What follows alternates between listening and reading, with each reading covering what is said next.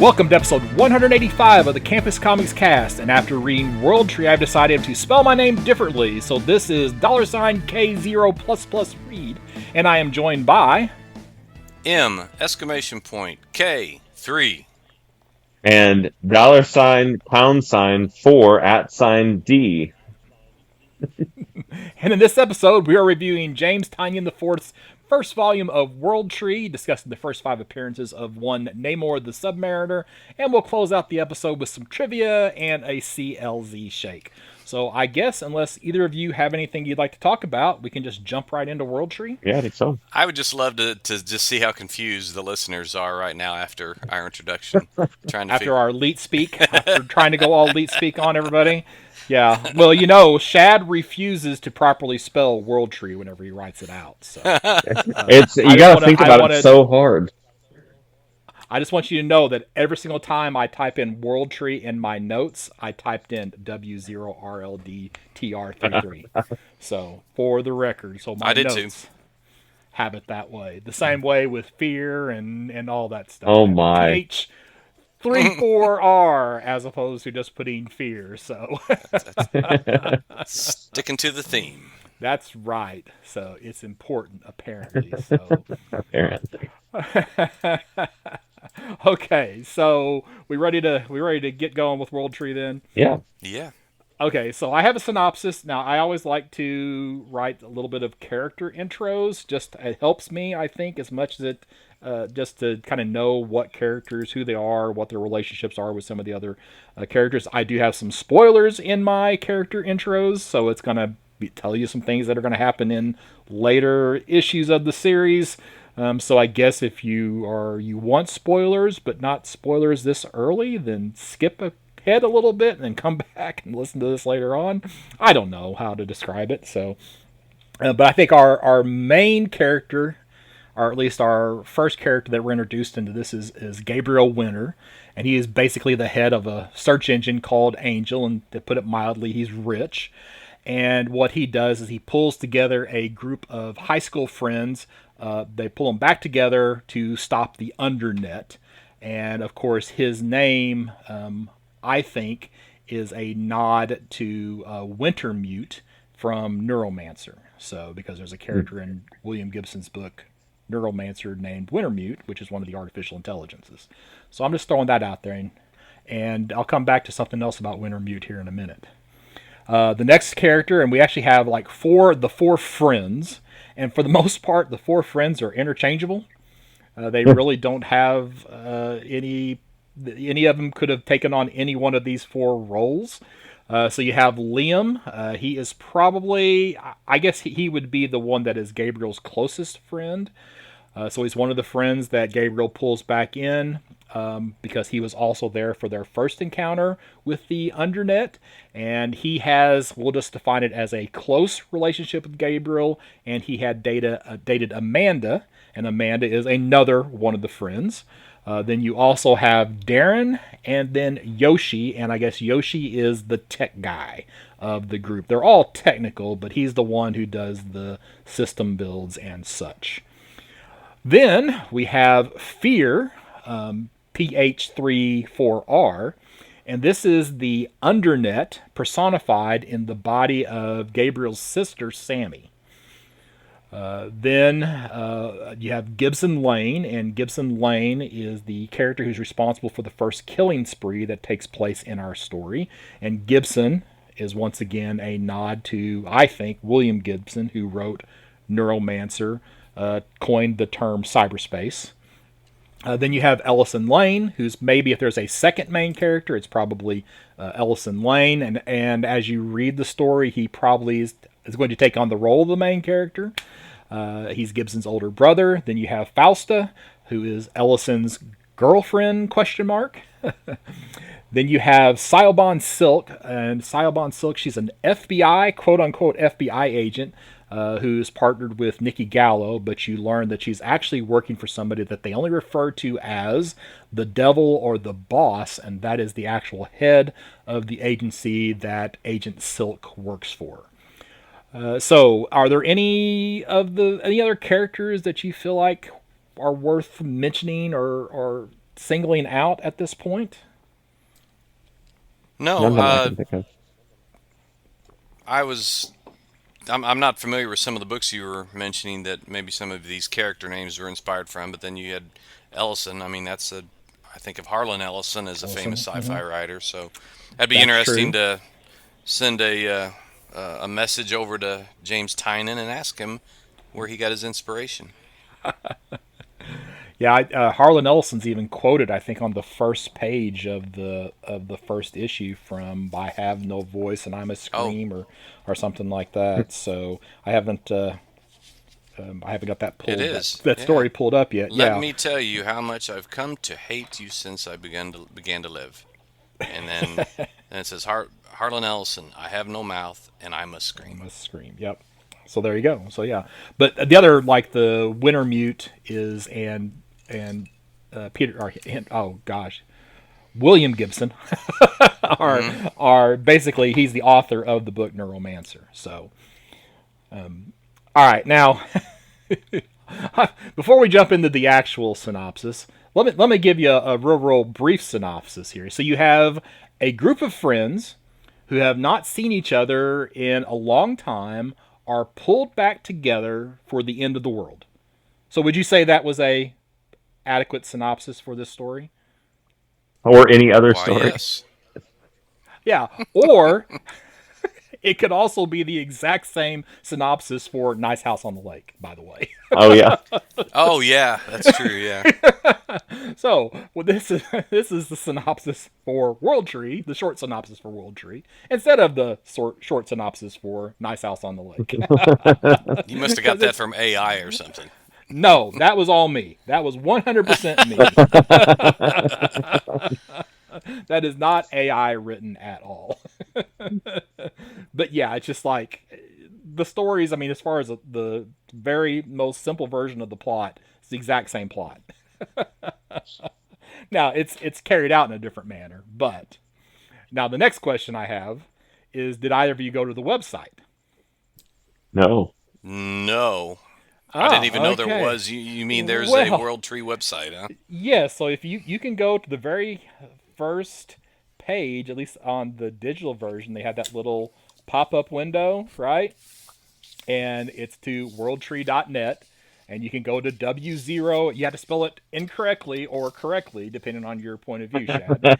W0rldtr33.net, and it presents you with a password, and the actual password here on this little pop-up window on the very first page, and it's Mr. Winter, but it's also Leet Speak, so it's M1ST3RW1NT3R is the password.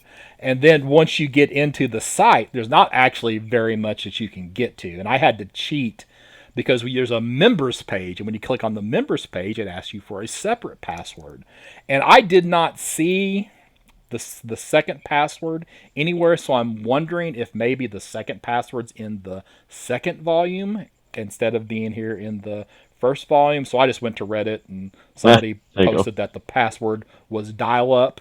So you type in dial up when you click on the members page, and it will get you to a separate page. There's only one thing on the members page anyway, so there's not really any content on this website, but it does require you to log into it. So So I have the physical copies, and the front page or the inside of the cover on page or on issue 1 does not has everything you talked about, but it doesn't have that password. But I do remember seeing in the, I want to say the last page of issue 3 is that Mr. Winter password. oh, okay.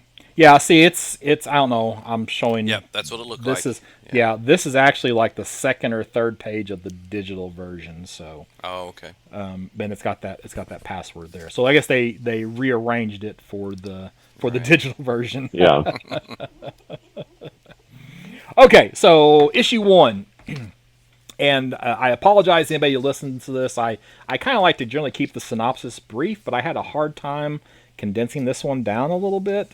So I just put the bare minimum what I felt was necessary to kind of get the story across. So it's a little bit longer than for a synopsis than what I would typically write for a comic book, but that's what we got. So Gabriel receives notification that World Tree is back online.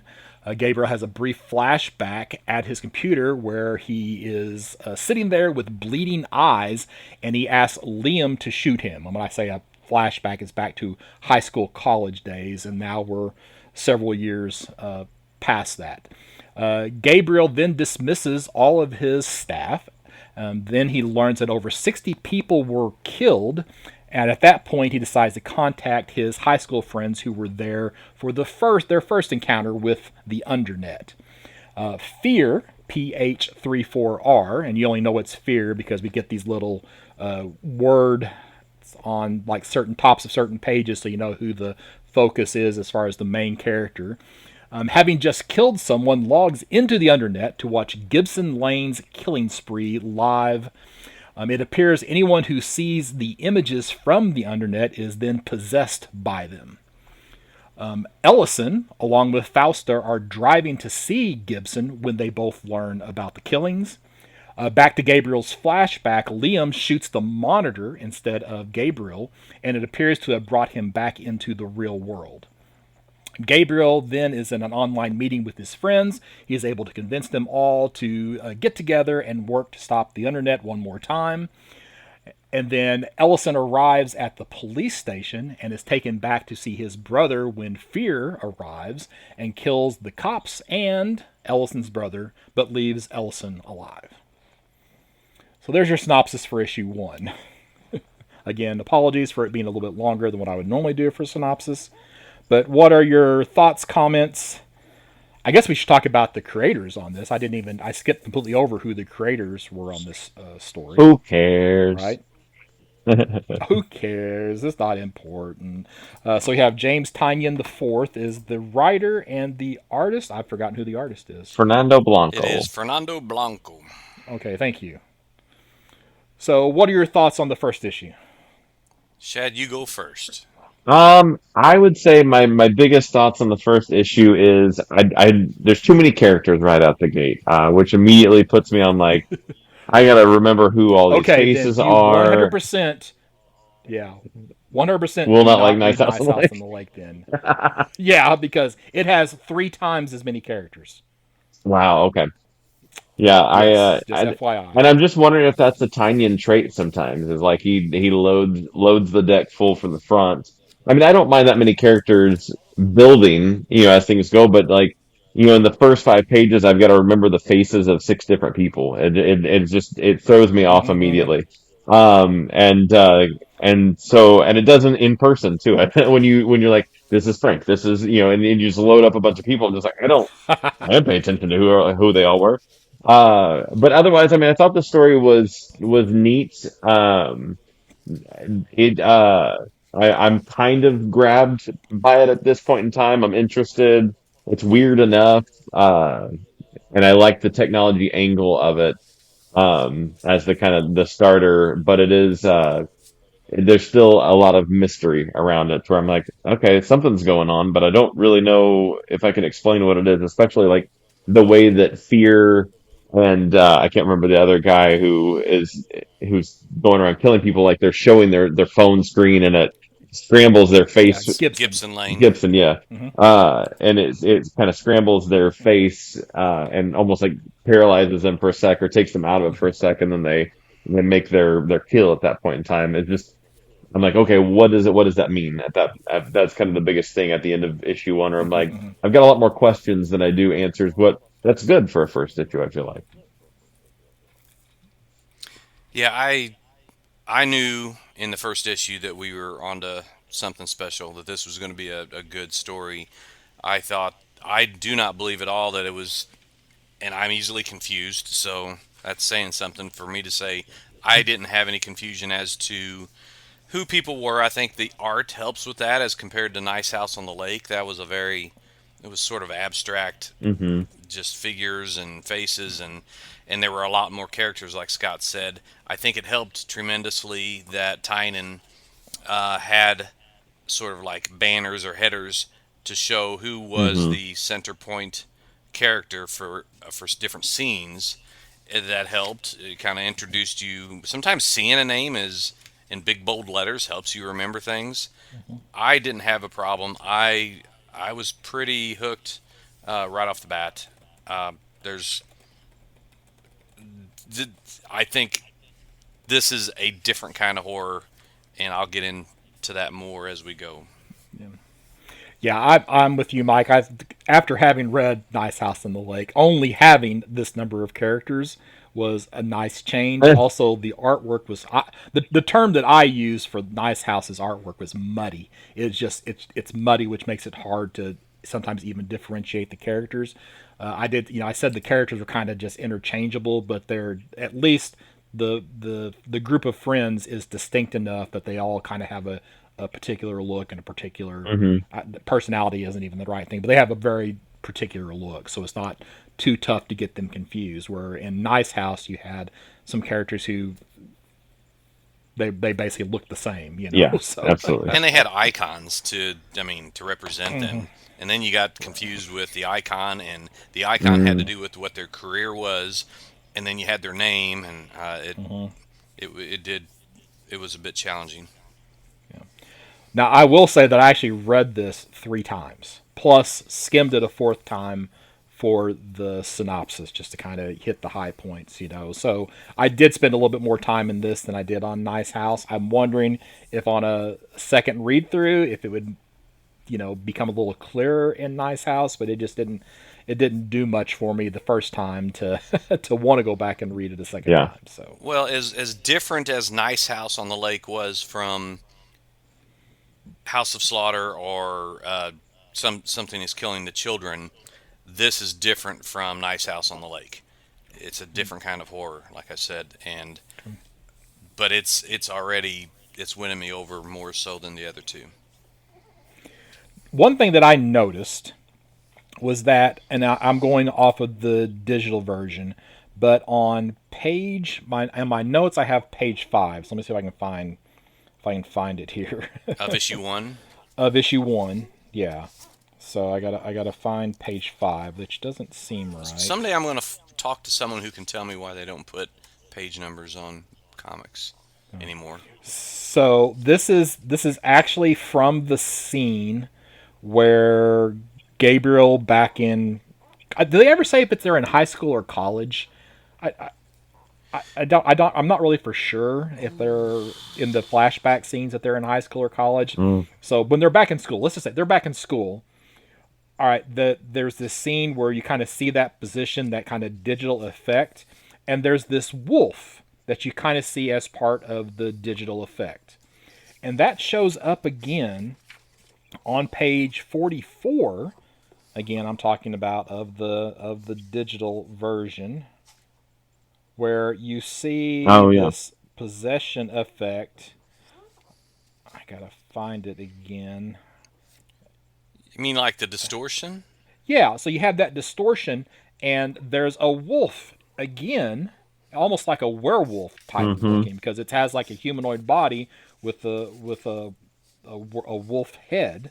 So that's when Gabriel is possessed in their school time, which let's just say it's 2004. I don't know. They don't think they ever say the year, because we have 2004, 2024, then 2049 that comes into play later on. So in 2004, when we see the possession, there's this digital wolf effect. Gibson, whenever Fear shows up and kills Gibson, there's that same wolf kind of in the background effect. But after this first issue, I don't think we see that wolf again, You know, which I kind never. of, yeah, it kind of threw me for a little bit. So I feel like, I don't know if that was just artistic license and they said, "Oh, that's not what we want to do. Don't do that anymore." But because again, issues 2, 3, 4, 5, I don't remember seeing that wolf show up again. Do either of you remember it later No, I on? just now No. noticed. I didn't have any idea what that was behind Gibson. You know what Mm-hmm. that figure was, but now I'm wondering. I mean, this is going to be a longer story. This is, I don't know how Yeah. many issues they're into this already, but 2 volumes worth, I'm pretty sure. Yeah, there is. I mean, they solicited. Yeah, and one of the reasons why we chose to read this is because issue 12 is starting what's going to be the third Right. volume. Yeah. Hmm. Because issue 11 is going to wrap up, and basically, I need to make a decision if I'm going to keep buying this book or not. So I have to. That's why one of the reasons why we're reading it. Hmm. It's all about me, just for the record. So it was just weird to me. So okay. Yeah. I don't know. Other thoughts, comments on issue 1?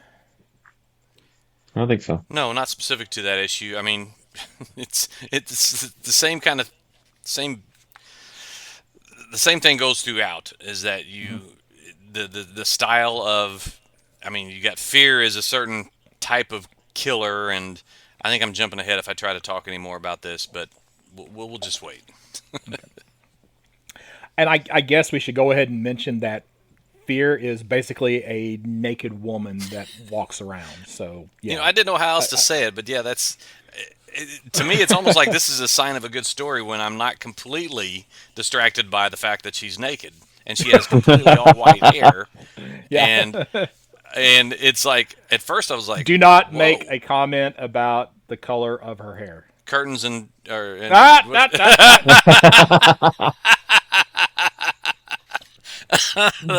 okay. I tried to help you, Mike, but you wouldn't listen. I just said curtains. That's all. That's all. But dang it, that threw me off too. I had something else I wanted to say about this, but it threw me Well, you were off. going to say something about her, how she was killing was different than. Oh, yeah, it reminded me of uh, No Country for Old Men. That he was the complete indiscriminate killer. Didn't seem to have any motive. I mean, I know that Fear does have motives, but completely emotionless and just kind of unique in that way. And that movie has always stuck out in my head as being one of the scariest movies ever. And Also based on a comic book. oh, I didn't know that. Wow. Okay. I think But anyway, so. I'll it's double check that. the way Fear just kind of walks around without any, no pun intended, fear of being apprehended. It's and then goes around killing people and exposing people to the internet that kind of makes them possessed.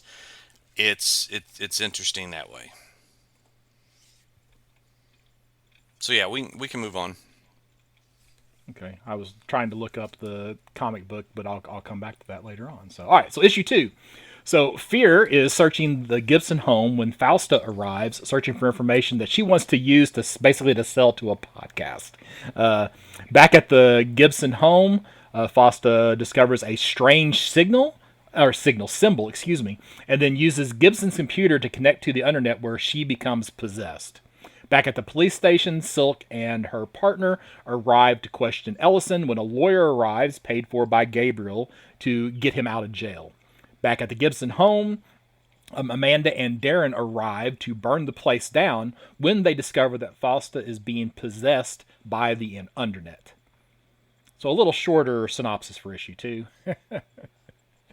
So thoughts, comments on issue 2?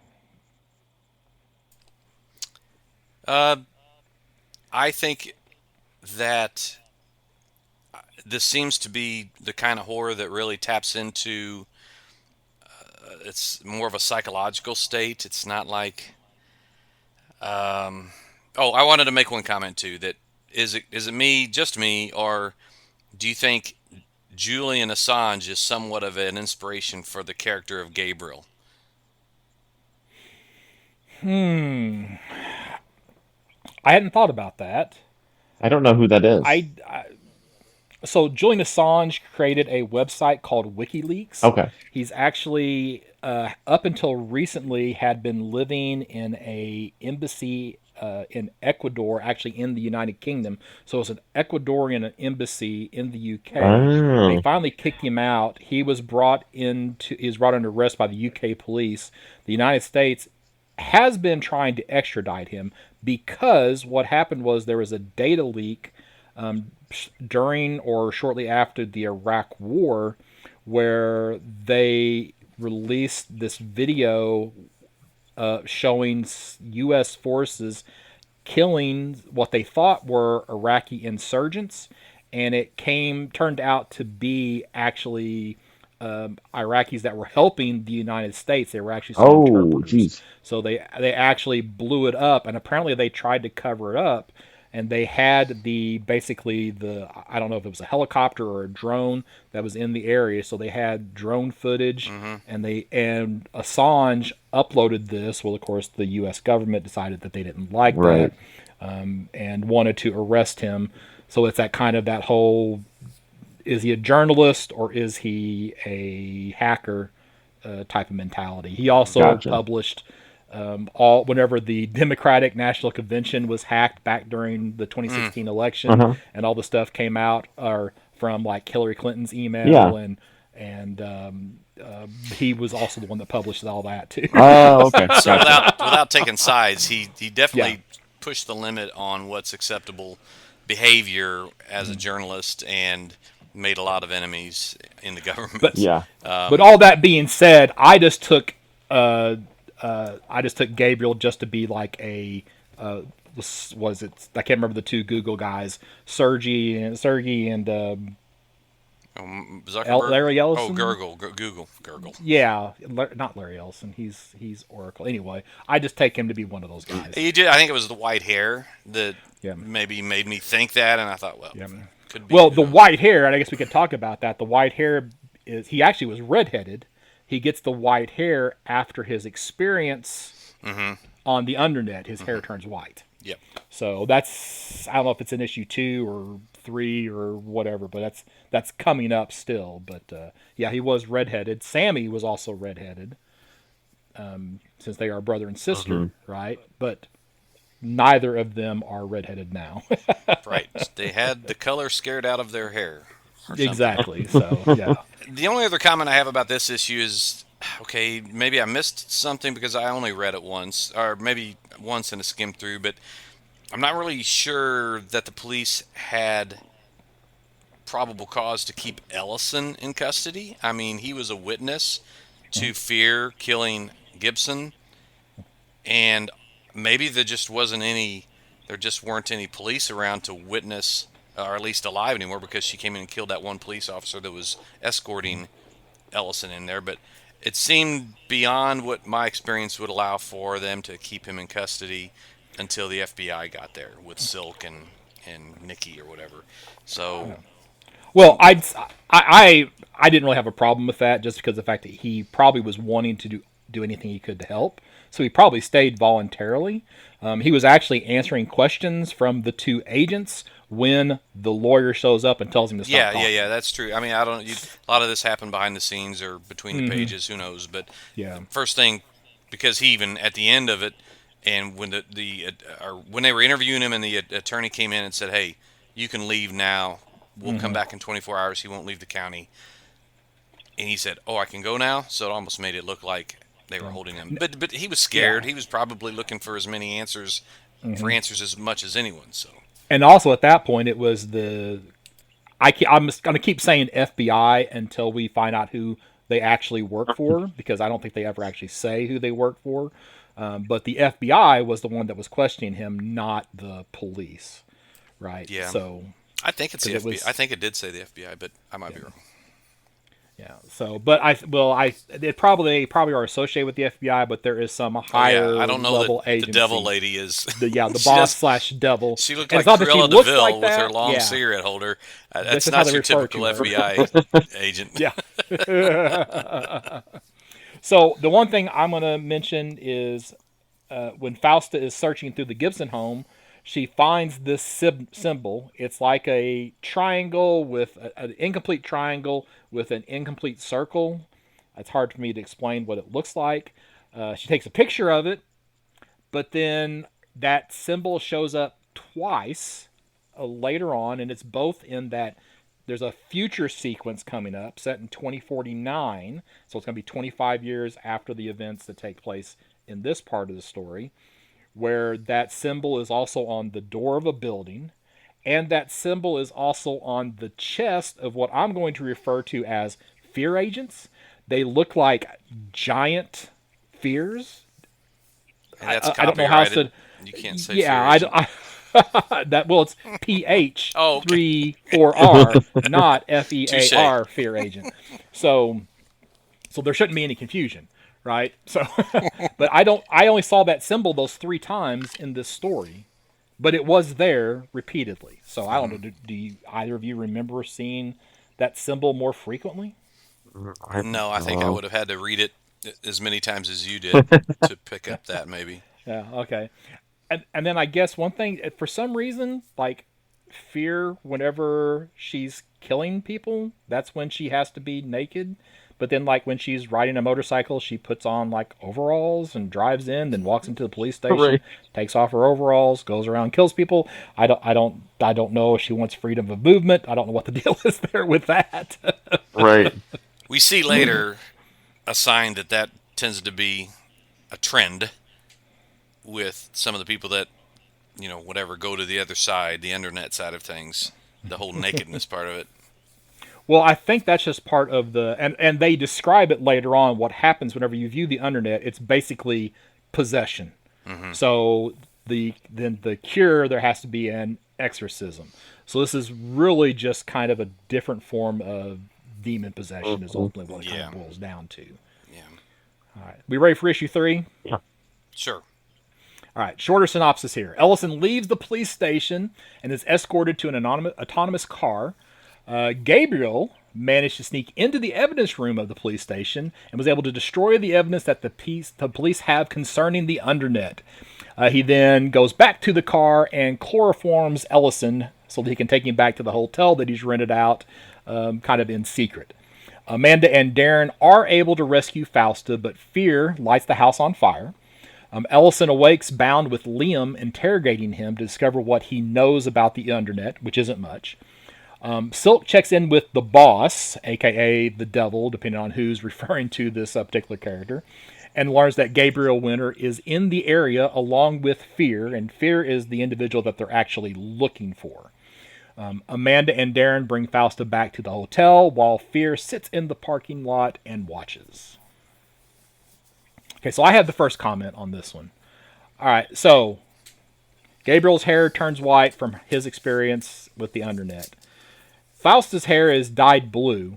So when her roots grow out, are they going to be white? Is the question. That's a good question.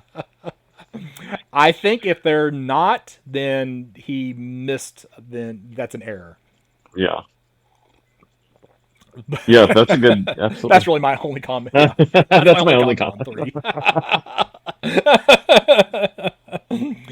That's me being a smart aleck trying to be clever. So, do you guys have anything else to add about 3? I do not.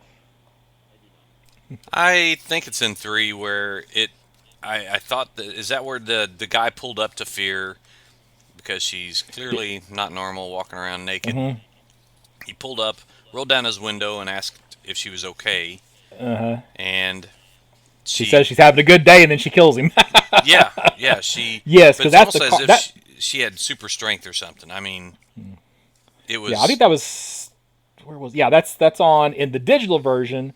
It's on page 89, but I don't know where that is that's in issue 3.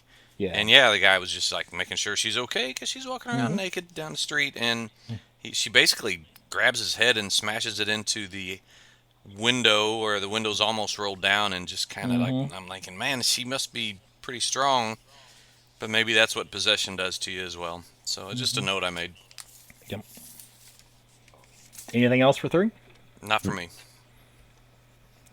All right, issue 4 starts with a flashback where Gabriel discusses finding so this is back in their school days, finding the bottom of the internet, which he's then going to refer to as the Undernet. His younger sister, Sammy, wants to hang out with the group, but she is not allowed to. Back at the hotel, the group is able to exorcise Fausta, so she is returned back to sanity. Silk and her partner arrive at the hotel, but Nikki is killed by Fear, who also shoots Silk. Investigating the noise, Darren and Yoshi go out find Silk still alive. Back inside, Fear shows up in the room with the rest of the group, and Gabriel introduces his sister Sammy, who is also Fear. Dun dun dun. Any comments on 4? I mean, I was just when we were introduced to her, you knew right away, even though the hairstyle was different, you knew that was the missing link. You knew that there was a connection between I almost said Gabriel, and Fear because of the hair color, and yeah, this all started connecting. The dots started connecting here, and we get a little bit more of a reveal. This was a pretty good issue, I thought. One of my favorites. Yeah, it's definitely that penultimate. Like we're getting ready to wrap some stuff up. The last issue is next, and some of the questions are starting to be answered. And yeah, I agree. This was probably one of my favorite issues in here too. Yeah. I don't really have anything else to add for issue 4, so I'm just going to go on to issue 5. Okay. So the start of issue 5 jumps to 2049, which I assume is a nod to Blade Runner, where a still alive Ellison is in an apocalyptic city with these large Fear PH-34R agents patrolling. He is trying to get information out to anyone who is alive and is willing to listen. Back in 2024, Gabriel clears everyone but Sammy / Fear from the room when Sammy tells Gabriel to see what her children are doing, and that's referring to other people who have now found the Undernet and have started additional killing sprees. Back to the Boss Devil, where we see those mass killings taking place as Silk checks in. Going back to the hotel, Gabriel sees the mass hysteria the Undernet is causing, and because of his position inside of Angel, basically shuts down the internet. Fear stabs Gabriel in the back, who tells the others to let her go, otherwise they will not be able to stop what is going on. Gabriel tells the group that WorldTree.net is online and then dies. Back to 2049, Ellison informs us that the story about the truth can be found on WorldTree.net.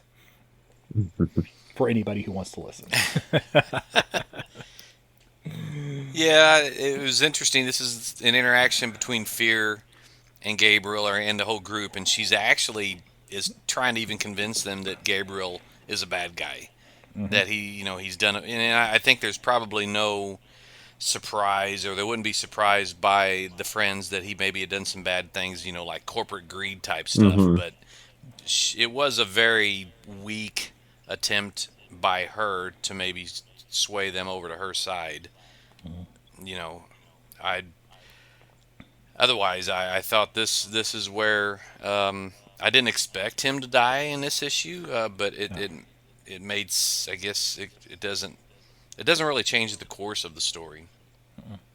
And we see that from the 2049 flash aheads that Ellison is apparently going to be the main character, either moving forward or at some point in the future of the story. So, yeah, which I guess better late than never, because the world it's in a bad way by then. Definitely got this X-Files feel reading this. Did it with you? It's just strange. Not really, because most of the X-Files, there's only a couple of episodes of the X-Files that kind of dealt with more cyberspace and technology. It was more monsters and such. But there actually, going back to William Gibson, there was an episode of the X-Files that was written by William Gibson that dealt with, the internet and such. So I guess. Well, maybe it was the two agents that were involved, and at that point I made that note. Of course, Nicky didn't make it very long. Nope, he was not, which is why I didn't say he was a major character. So he's kind of a dirtbag anyway for being a supposed law enforcement. I don't have any more comments specific to individual issues. I just have overall comments. So same. Go ahead. Yeah, I'm the same.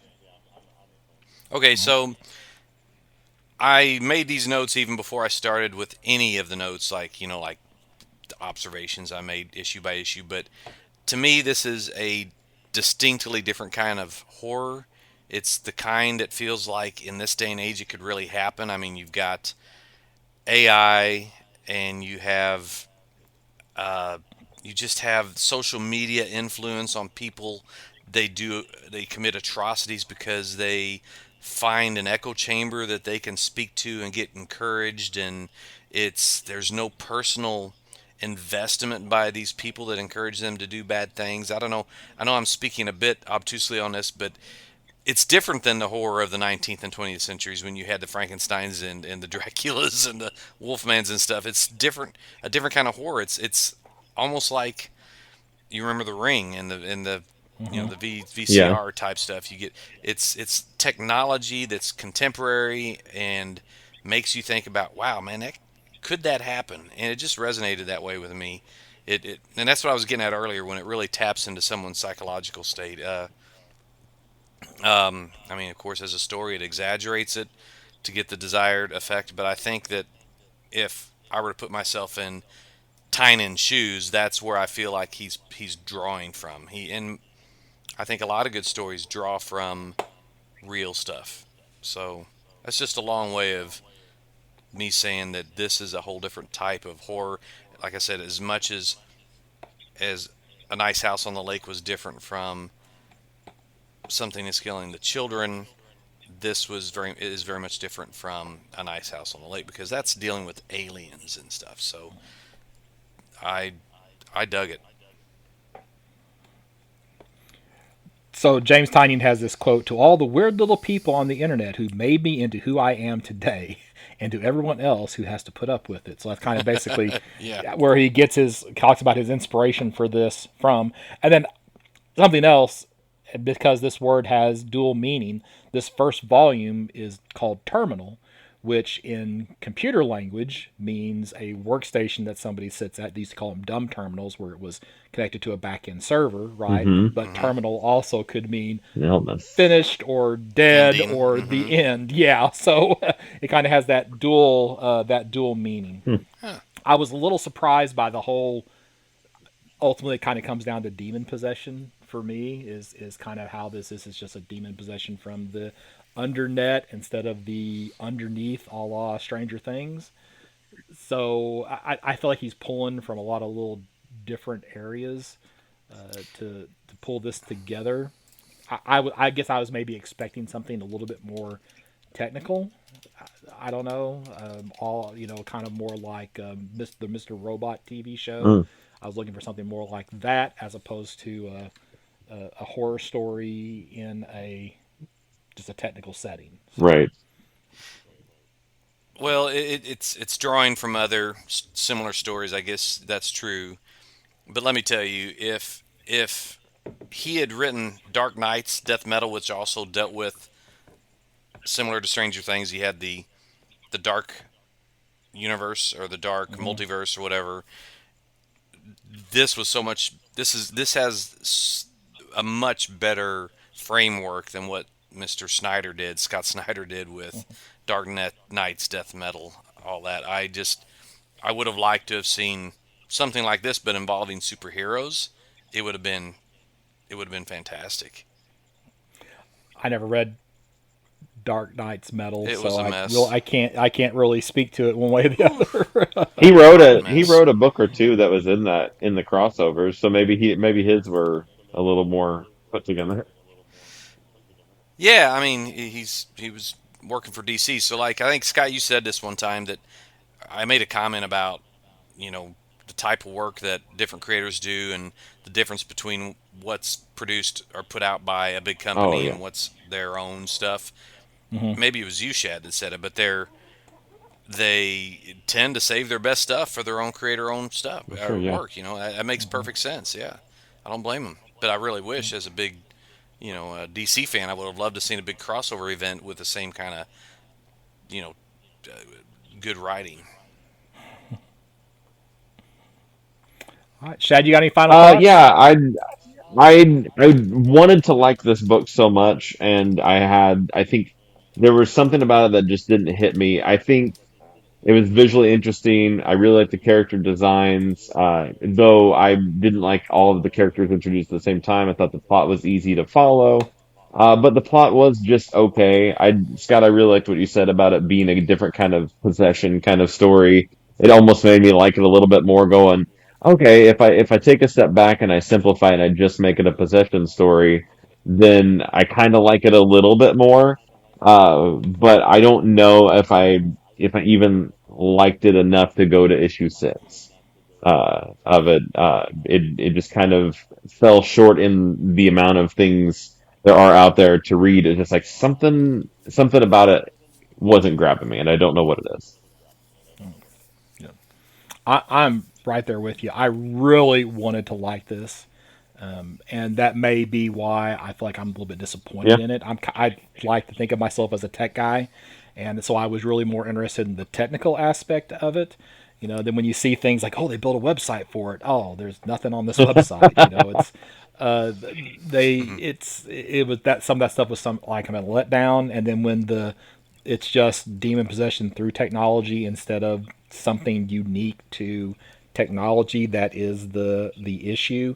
It ultimately kind of just let me down a little bit. I'm going to go ahead since I have the issues.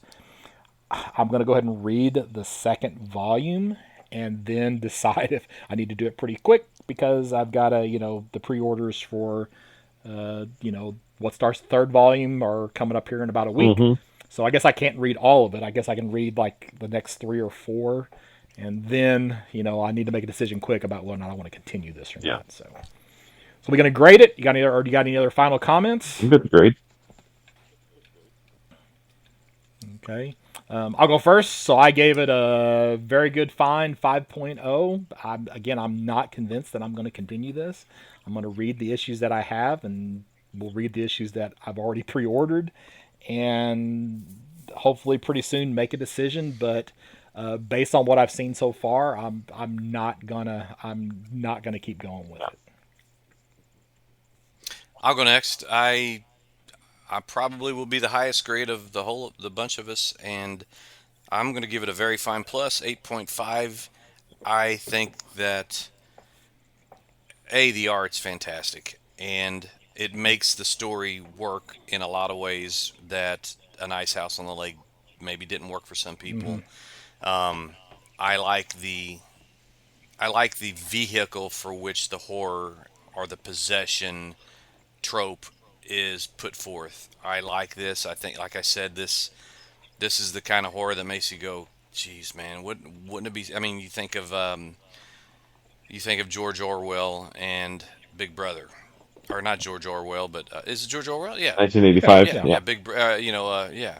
Uh, Animal 4 and 1984. Yeah, an 1984. animal Yeah, form. Yeah, Animal. you Yep. think about how technology can, and it's such a big part of our lives. To me, it's sort of made the story for me. I think it was good, solid work by Tynan either way, but for that reason, I'd give it an 8.5.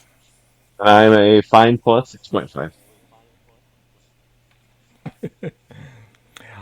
Yeah, I mean Tynion's not really impressed me as a writer. There's all these things that he's written, and none of them have really blown me away. He's getting a lot of props, but I mean, like when he was on Batman, it's like, it wasn't that good. I actually his detective run I thought was better than his Batman run.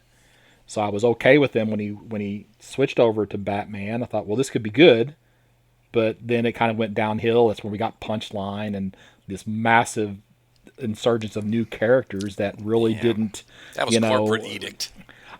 yes or no. I don't know. I want to believe that, but That, I might be Yeah, wrong. It's not like I know. I think it's with hit and what he's, miss. but yeah, with his output since then, I don't know that it was. I think it was what he wanted to do. Yeah. I've I'm, enjoyed Dracula. The Deviant is probably one of my favorite books of the year so far that I've read. And and I'm not familiar with that one. Yeah, that one's Me either. another Image book. And then Okay. his work in the Sandman universe has been pretty good. I mean, it's better than some, but not as great as obviously some game and stuff. But it's decent work in there. So I mean, but I have read some stuff that I'm like I don't get it with him. So it seems like he has a I, lot of output, and some of it's for some people, and mhm. maybe some of it's not. I need to read Department of Truth. I I do think too. if there's going to be anything that he's written that may swing me back to thinking that he is a good writer, that could be possibly Hmm. it. I haven't, like I said, I haven't sat down with that and read it yet. I'll We try the Deviant. we will get a chance. I think I've got that in an upcoming episode of Oh, mine. Oh, okay. So perfect. I I read the first issue when it came out, the single issue, and I don't want to. I'm not even going to say. I don't want to taint anything Yeah. Okay. because it's. But it. I think it'd be worth reading it all as one in one piece. Okay. All right. We ready to move on Yeah, to? let's do it. Yeah, we ready to move on? Okay. All right. So we have coming up our first 5 appearances for Namor the Submariner. Namor was introduced back in the very first Marvel comic, Marvel Mystery Comics #1, alongside the Human Torch and a character called the Angel, and I think the Vision. I think were the other characters. I didn't read like all the other pieces of that created by Bill Everett. I may have said that already. So, Shad, do you remember what your first introduction to this Absolutely. character I was? remember it like it was last year. Okay. It was the Black Panther Wakanda Forever.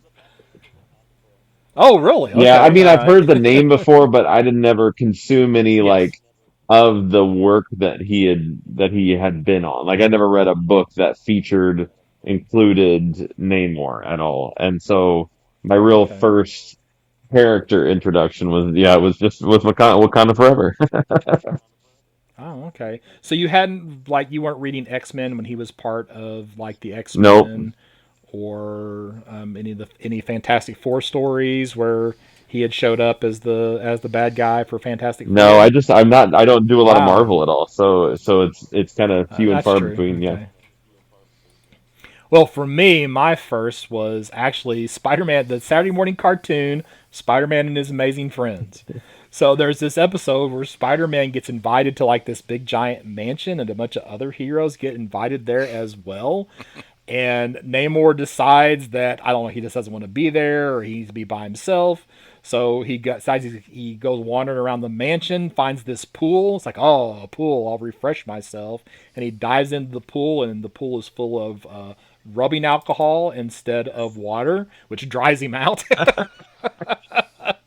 Since he likes to be in the water, I guess he absorbs. So that was like my first that I remember exposure to Namor the Submariner. I did later on when John Byrne took over or started writing a Namor series. That's where they introduced this idea that because Namor, his dual origin, he's part Atlantean, part human. If he doesn't properly mix the amount of time that he spends underwater and in air, that's what causes him to have these anger No. episodes, right? Where he can be the villain because he's out of balance with his personality. So they kind of explained that as part of that John Byrne series, which I thought was kind of a nice touch. He also kind of was like a corporate guy because he was able to take all the treasures that had been discovered through all these wrecks, sea wrecks, and turn that into like a financial empire. Huh. Wow. I gotta give it to John Byrne. He loved to come up with explanations for things. He was the one that also came up with the idea that the Wonder Woman of the Golden Age of the 40s was Wonder Woman's mom, Diana's mom, Queen Hippolyta. Huh. That's where that came. He had whole storylines about, and he was definitely a fixer when it came to writing. So, Mike, what was your first experience with Namor the Submariner? Well, it was in the Super Friends. Oh wait, that was Aquaman. Sorry. No, that's Oh Aquaman. yeah. Well, Hey, That's awesome. Submariner predates Aquaman. by 2 years, I didn't know it was that long. It was amazing. I looked that up today.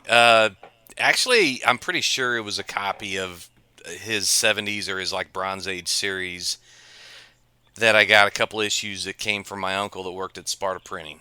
I didn't get many Marvel comics, but I remember getting one of his, and so yeah, I didn't follow through with much more. I just didn't have that kind of accessibility, and I didn't buy anything off the racks by him. I do know most recently though I've bought it was the final issue of that Bronze Age run. It was number 72 because you both know how I like those unofficial crossovers. Can Hmm. Scott, you're pretty knowledgeable about this stuff. Do you know what's significant about that Submariner I do 72? not know what is significant about that issue. No. So. Well, Cover Price, which is like attached to CLZ's app, Hmm. it likes to tout that it's the first DC Marvel unofficial crossover, but that's not true because we had the Rutland, Vermont parades before that. But Hmm. anyway, what it is Steve Skeets was writing Aquaman and the like early 70s, around April 71. Aquaman 56 was abruptly canceled. The last issue was 56, and it featured some big swampy monster that was destroying Detroit. It was a two-part story that didn't get finished because they canceled it. But when Submariner number 72 came about, since it was the last issue, Skeets decided to continue that story, except instead of being Aquaman, it was Submariner. Oh. So it's a neat little. I always like those creators doing their own thing without the publishers knowing any better. Okay, so Shad, I'll let you go first on this one. So, what are your thoughts on this version of Namor the Submariner? This very early version of the character. Well, I thought that one, I thought the skin color change was weird, but until I realized like, oh, this is the difference between like underwater and above water.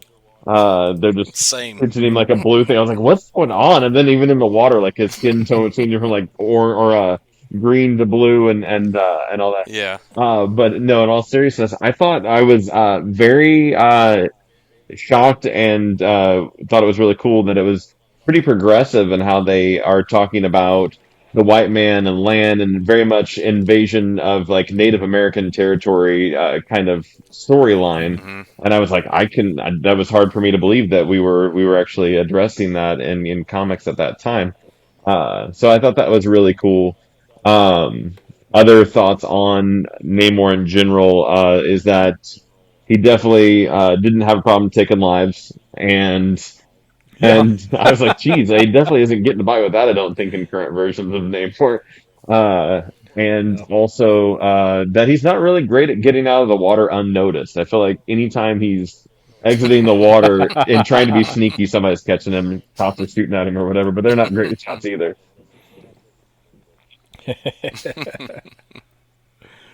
Mike, what are your initial thoughts on the original version of this character? Well, even though I knew that he was an anti-hero, the first, as they Mhm. say, I was taken aback by how hardcore he was. I mean, those divers that worked for the treasure hunting company, they were just Mhm. going down looking for treasure, Mhm.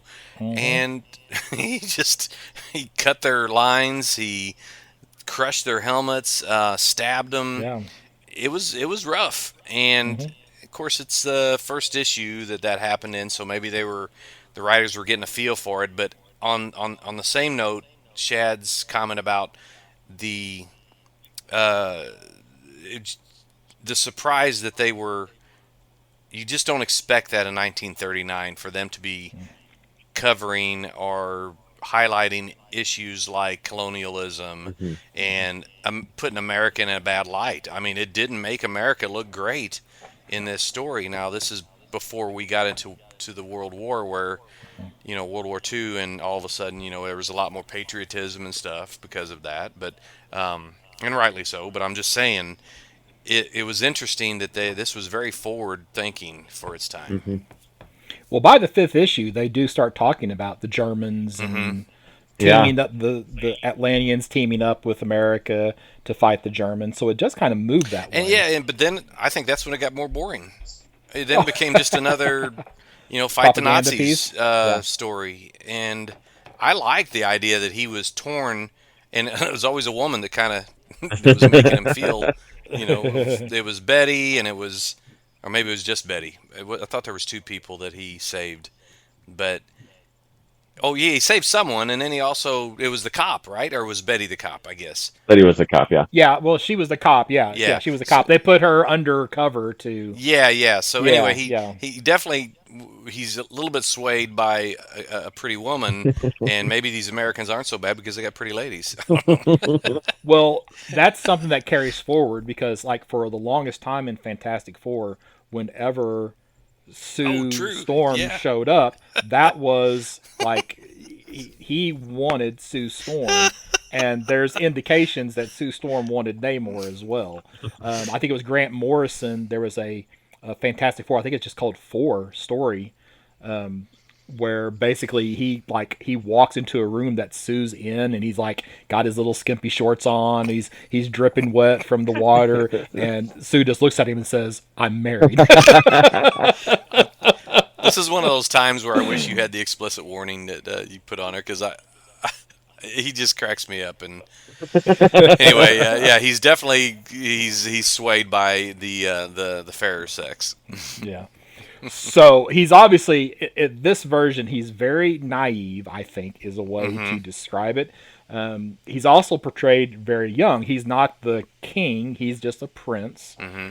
I also think it's kind of interesting that he almost he I don't know if like a demonic appearance is appropriate because he's got the high forehead, he's got the pointy ears, and it's maybe more like a mischief Yeah. maker would be better.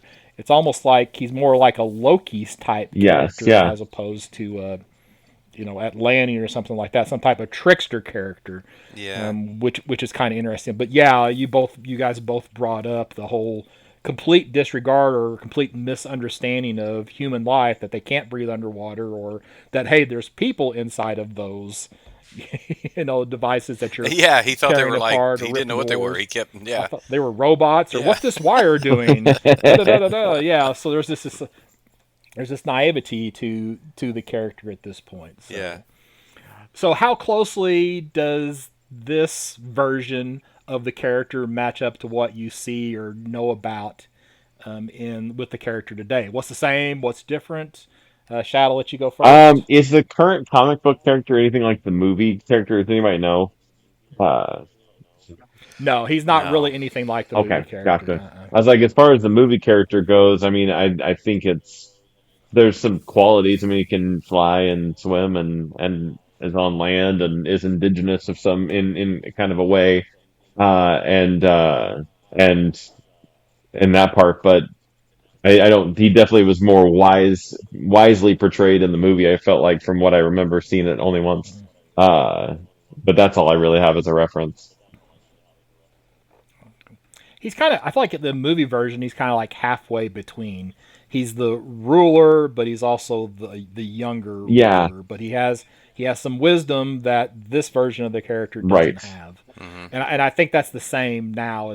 He's definitely much more powerful. He understands the difference between people who live on the surface and people who live underwater, right? But he's moved to being that king instead of the prince. But the basic power set is still the same. And as Mike alluded to, he's all about the women. So, Mike, anything you want to add about what you know about the character today versus how he is in this story? Well, I mean, other than over the decades, few costume changes. I mean, even by the fifth appearance in Marvel Mystery Tales, he had actually like a cape and had like a in on a pendant and in on his belt buckle. It was more like a superhero costume. And in the '70s, he had sort of a leotard type, skin tight Mm-hmm. outfit. It was, but when Blue you and the compare, black one. Yeah. yeah, yeah. But compared to, from day one to now, it's pretty much design wise the same character. And I think the motivations are played up the same way. I think it's a good thing because it's divergent from most superheroes or people that walk the line between heroism and doing what they think has to be done no matter what. I won't say villain because I don't see him as a villain, but he definitely hasn't. There's no holds barred. Mm-hmm. So, uh, but I think so. I think he's pretty similar, and I think they play that up by design. I think we've already hit on this, but are there any moments in the first 5 issues that you'd like to call special attention to? My one note was like we've already talked about is how easily he would just kill people, Hmm. and I think that's true. I think with a lot of comics from the time, but Batman started with a gun, and Yeah. Namor starts by pulling people out of submarines, but they kind of move that forward, especially after the comics code, because this is all Oh yeah, that's right. pre-code stories. So anything else? Any moments, scenes from the first 5 issues that you want to call special attention I've to? got one. I've got several, so Shad, go Okay. ahead. My favorite one is in issue 2. He says he comes into contact with fire for the very first time, right? And he doesn't know how to put it out. But in issue 1, he comes into contact with fire when the scuba divers have their torch, and he even calls it fire. So it's my. I was reading issue 2. I was like, wait a second. He just said that he's never come into Oh, I contact never with thought of fire that. Yeah, before. you're right. It was just a funny little mess up there. And then issue 3, I thought was really cool when he swam up the barrel of the submarine and like had they opened up the door and he ended up fighting all those guys blowing up the submarine. I was like, oh, that's cool that he the way that he approached that submarine fight on that. And that's it. Okay. Mike, go ahead. Okay. In the first issue, Marvel Comics #1. I liked how the mother, his mother had been. This is like going in a flashback where she just talking about how he was conceived. Really, that she was sent to spy on the surface explorers when they quote unquote rescued her, and then she complained about the suffocating clothes and the human food making her sick. And I thought that's details that you don't often get in a golden age story. We learn about the constraints about how many hours they can be out of water, and also the revelation that Namor has the strength of 1,000 Earthmen. Now, that was the first hint to me that I'm thinking, this guy's not. He that's stronger than Captain America.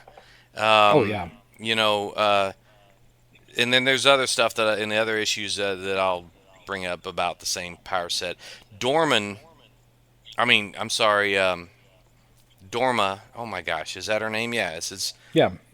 or yeah, she knows how to fly a plane apparently because he jumped up on the plane, dropped her off in the plane, and then he jumped off and went into the water. And I'm like, they threw the pilot out, so I guess she had to learn pretty quickly how to land it. And then lastly, on issue 1, Kazar is a feature in every one of these issues. I did not know that Kazar was a Golden Age character. That's pretty cool. Yep. I just read a story with him and Spider-Man not too long ago, just a couple days ago. So issue 2, I like that it was right off the bat. This is Well, a hold on. oh Going sure this to I just want to say, there's some other names that are used, even though they're not really the same characters. The Vision, right, is shows up in these, but it's not the Vision, the modern age yeah Vision. It's just a character named the Vision, and then the hmm Angel, who is an X-Men yeah in the Silver Age. Not he's just a brawler. Basically, he's just a guy without powers who runs around more like a pulp hero yeah than a superhero. yep But those are character names that continue later on, in addition to Kazar that you mentioned. So, yep. Uh, I liked right off the bat that these weren't one-off stories, that they had a continuation. The storyline continued, even if it was just a reference to the previous story. Um, when the cop, you remember, I think it was like in New York's, I guess, Central Park or something, and Namor needed to get in the water and he jumped in the lake. Well, the cops started shooting him because of it. So Hmm. again, my law enforcement thing is like, whoa, you can't do that. And he stops bullets. That was the first scene I seen where he stopped bullets, and I'm thinking again, this guy's about got the power set of Superman, who was brand new at the same time. He was only a couple years old at that point. And then the most unlikely power award goes to Namor for turning into a human sprinkler. Sprinkler, yeah. That was the stupidest, craziest thing I'd ever seen. Because he got exposed to all that water that he somehow preserves in his body is triggered Hmm. by the flames. By the So fire, yeah. yeah, so he can put out the fire. So Issue 3, Betty, she's a cop and she's tries to lure him by faking she's drowning, and then when she gets close to him, she holds the gun to his head, and I'm like, do they not share intelligence in this police department and say, hey, we shot at him the other day, and they bounced off of him, so that was bad on the cops there. And then in issue 4, another surprise power that he's telepathic. So I'm like, well, I didn't know. I don't know if that's ever carried on, and later, at least not with him. Maybe he gave Aquaman his powers. I don't know. And that's it. I mentioned already about the in issue 5, or it's like issue 5 of it. He has that more traditional superhero costume. I didn't have any particular moments that I would want to call out over any of the others. And I think you hit most of the better ones. You do see where in 5 they start to make that turn towards what will ultimately with Roy Thomas become the Invaders, right? Where they get all the Marvel characters fighting the Germans, So that's kind of neat. So Yeah. so which is your favorite issue of these first 5, Chad? I would say issue 1. I'm a sucker for an origin story, so I thought that was probably the best. Overall, I mean, I kind of this goes for all of them, all of the issues, but artwork was very tolerable. I think for a golden age story for me, and definitely the best written stories of all of the Marvel mystery. I didn't actually get through all of because I was going to read all of them at least on issue 1, and I just couldn't even slog through them. Some of them were rough to read and almost like Yeah. incomprehensible. But but issue 1, yeah, origin story, and I like Mike had said, I agree. It was from at least the first 5 we've done. This seems like the one that had the most connection between stories. Everything else seemed very one shot and other like golden age stories that we've read that I can think of. And this one was like, oh, we actually have a through line. It wasn't you didn't need to read the next one, but it was definitely connected very well. Mike, when you said that about this storyline, I wonder if these stories weren't written to be single issues, and then they decided when they published them, hey, let's put 4 characters into a book Yeah. and split it. I don't. I mean, obviously, I don't know that. But that's what crossed my mind when you said Yeah. that. It's like I wonder if they just said, hey, we've got these 4 guys who submitted these 32-page Sure. stories. Why don't we take those 32-page stories, pull out 8 pages of each of them, put them into a book, and release that, and then maybe that'll get people to keep buying it. So who knows? That's a good point. That's a good point. I'm glad whatever they did. I'm glad they did it. I I really enjoyed this. This is I shouldn't say. I say this all the time. I'm like, I can't remember if I had something I liked better, but right now I'm going to say this is my favorite first 5 read. At least the first couple issues. Um, I enjoyed the heck out of it. I learned a lot because I didn't know much about his origin. These were all new to me, and yeah, it wasn't goofy. You think about the Legion. As much as I am a Legion fan, it wasn't silly like the Legion. It wasn't a slog like Wonder Woman stories in All Star Comics and some of the Gardner Fox stuff. As much as I love Gardner Fox, no disparaging him, but he was a plot guy, not a character guy. This Submariner dude has character. He's got character. You almost have to start blaming the storytelling of the Silver Age on the comics code, Yeah. Sure. Yeah. because you move away from the kind of, I mean, this is definitely a more mature story, Oh, mature in yeah. in quotes, than what you get in a lot of Silver Age Yeah, stories, and it that's almost true. has to be because of the comics code. Yeah. So, I think the first issue, just again the origin and getting introduced to the character was, I'd read it before. I hadn't read issues 2 through 5 before, so that was nice to read those. I actually kind of do want to go back and read the Human Torch stories, because that's a character that is still in the modern Marvel universe, whereas it's a different Angel, it's a different a different Vision. It really is a different Kazar than what we have in the modern Marvel universe. But the Human Torch is literally the same character. Well, So. his mind is the Vision, right? Well, that's okay. So you've got, yeah, you have the Human Torch. I know So that. I okay, shouldn't have asked. it's a mess. No, it's a mess, and it's been retconned multiple times. Yeah. So at one point, the Vision's body was supposed to be the Human Torch's original body. That's what Ultron used. And John and I'd have to go back and look this up, but it's there have been comics where the Human Torch and Vision were in the same comic book, so it couldn't be the Vision, couldn't have the Human Torch's body. There's where they've had brain patterns. It's been kind of a mess. Okay. So Well, I mean, just yeah, that's. I think I'd like to go back too and read some of those. so Shad, do you think if whenever Marvel has another Namor #1 coming out here Yeah. in 2 months, right? Thank you, Marvel, again for doing that with our first 5. Give people a book to read after the one person that listens to this. Yeah, I think, I It's mean, going to buy that book. I'm not going to say no about reading anymore. If I did, it would definitely be current. And that, I noted that as well, was that there's a new #1 coming out in just a month or two. So I might pick that up just to try it out and see kind of where the character's at and if it's something that would interest me now. So yeah, I think that's kind of how I feel about Namor right now. Mike, what about you? You buying Namor #1? Yeah, I did. I ordered it. Yeah. Oh, okay. All right.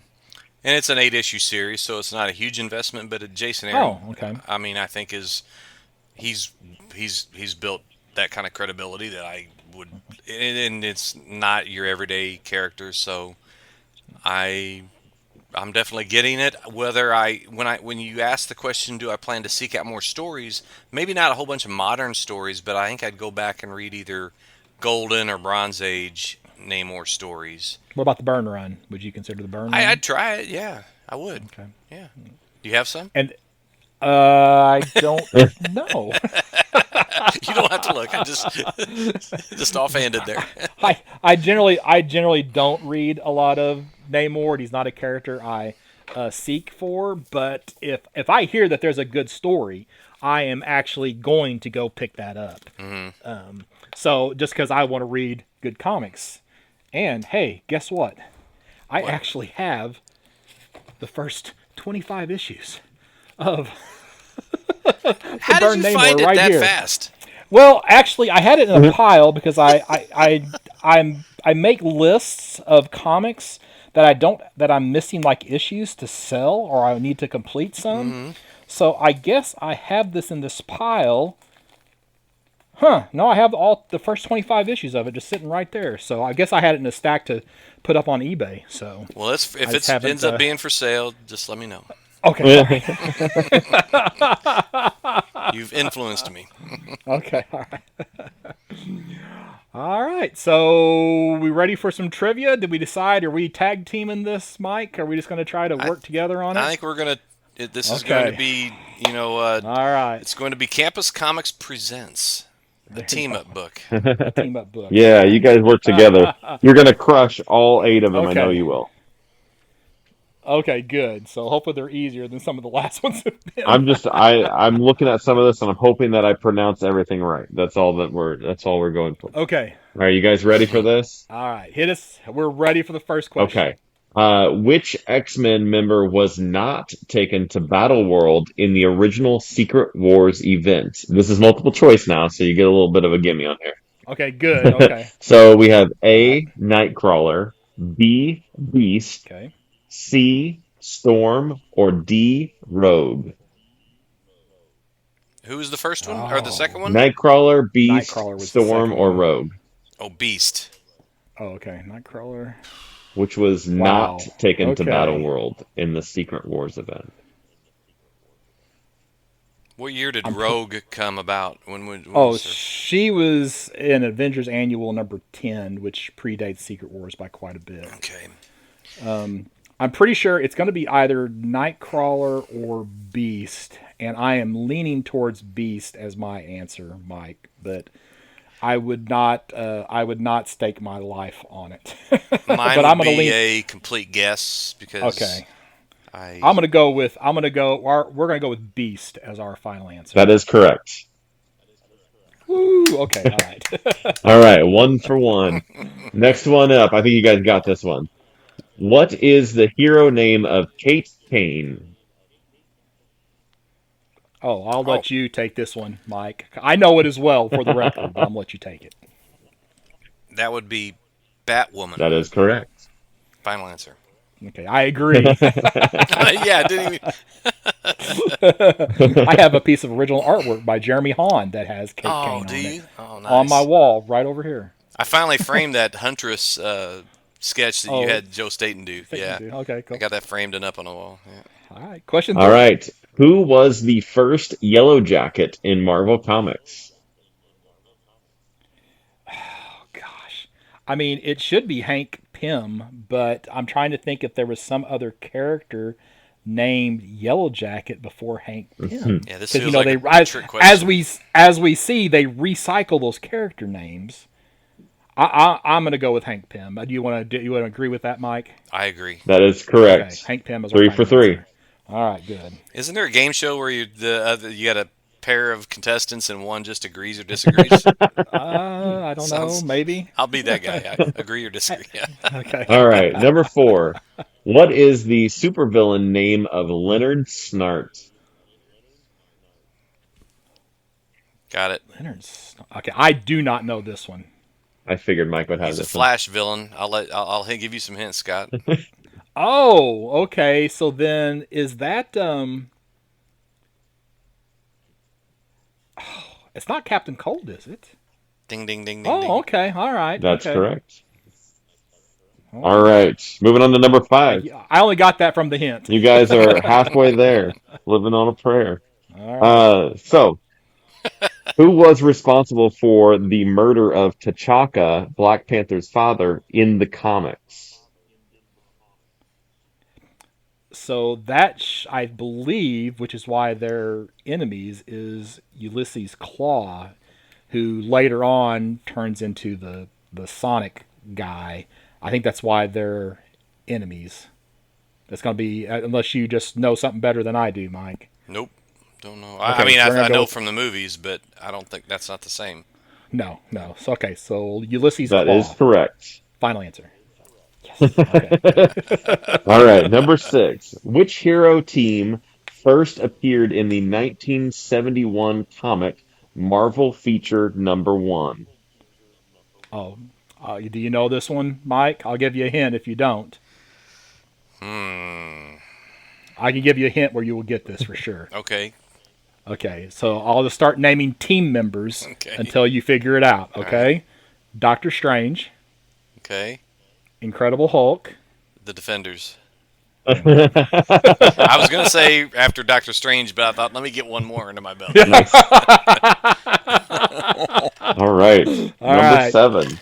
Name the character 7. Woo. that created Vision from a copy of the original Human Torch android in the Avengers number Wow, we just 57. talked about this. 54, 57. That's right. That would be Ultron. That is correct. Wow. All right. That's crazy. We were just I talking know. about this. All right, last one, and this you'll clear the board with this. What is the Okay. supervillain name of Joanne Schmitz? Is that right? Is that? Johann Thank you. Schmidt would be the Red That is, Skull. yes, that's what I would mean by that. Johann Schmidt. Yes, it's German Yes, Johann Schmidt is the because Red he was Skull. for Yes, the. that is correct. And you guys got Yes. all 8 correct. Yes. Swept the board, man. All right. I'm trying to think. Okay, I wouldn't have gotten the Captain Cold one. I would not. I would have missed that one. I'm trying to figure out how many I would Oh have yeah, gotten if it's it was Batman. a very Marvel You. heavy. This was mostly. Yeah, it was very Yeah, Marvel heavy. There was Marvel only two heavy. DC So characters, Hmm. I think. That yeah, was the Kate Kate Kane. I would have Kane gotten and that Leonard one. Snart. Yeah. Yeah, the rest of them were Marvel questions. So I guess it's a good thing we did this one That's right. together, right? Yeah, especially for me. Yeah, 'cause I All would have right. taken a guess. I think I might have got the Defenders one, but there's no guarantee. We ready to CLZ Pick it shake? up. Yeah. All right. So I've got my app open. I'll go ahead and go here. Hope it's not just the same thing I always pull. Oh, hey, Gotham by All Gaslight. We right. Just got read Mike it. Yes. Mignola.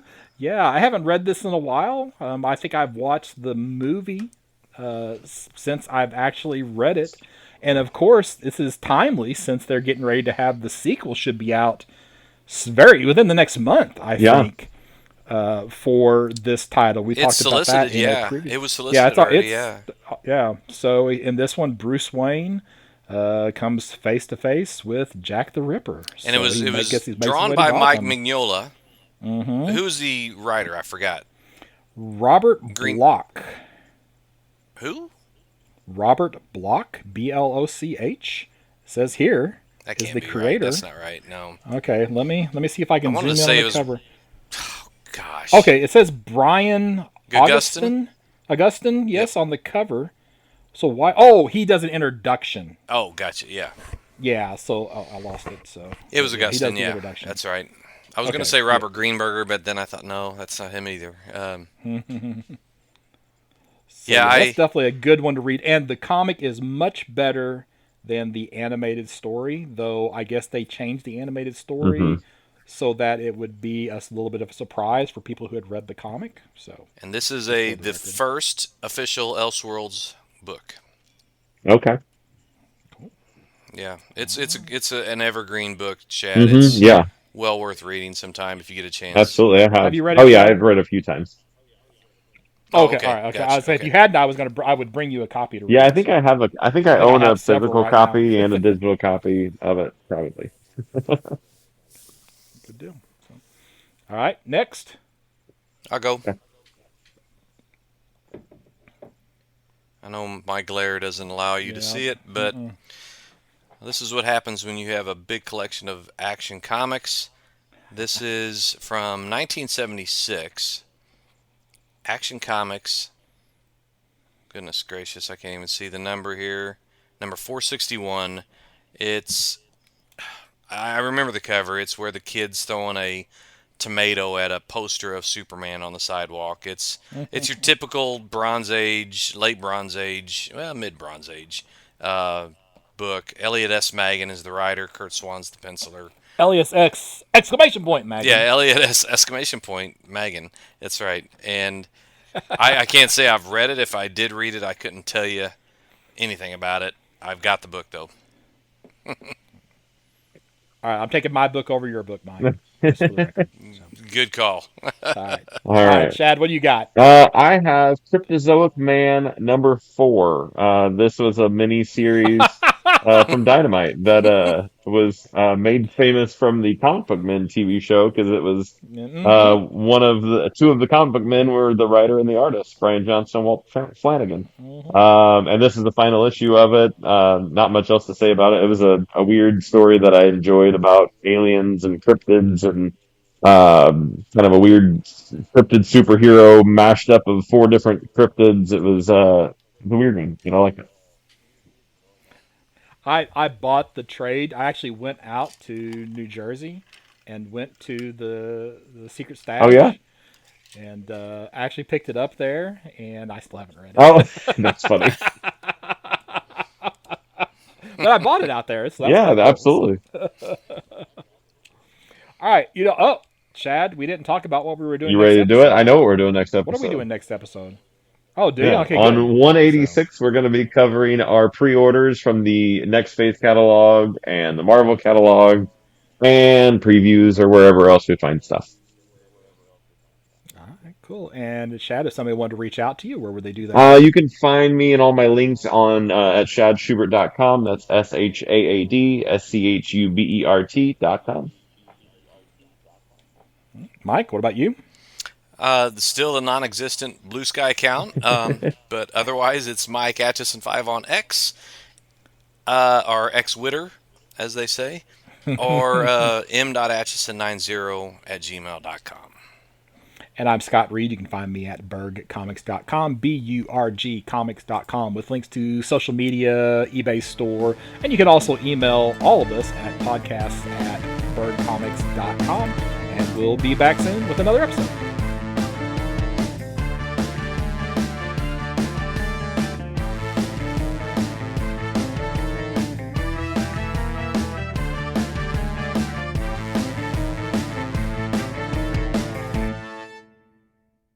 I have the synopsis for World Tree. I don't have a lot of comments for World Tree, but I do have the synopsis for World Tree. And this is a longer synopsis than I would normally have written, just because I was so, I don't know, you can't just say there's a big fight here, you know. Right, yeah. Scene, so apologies for that.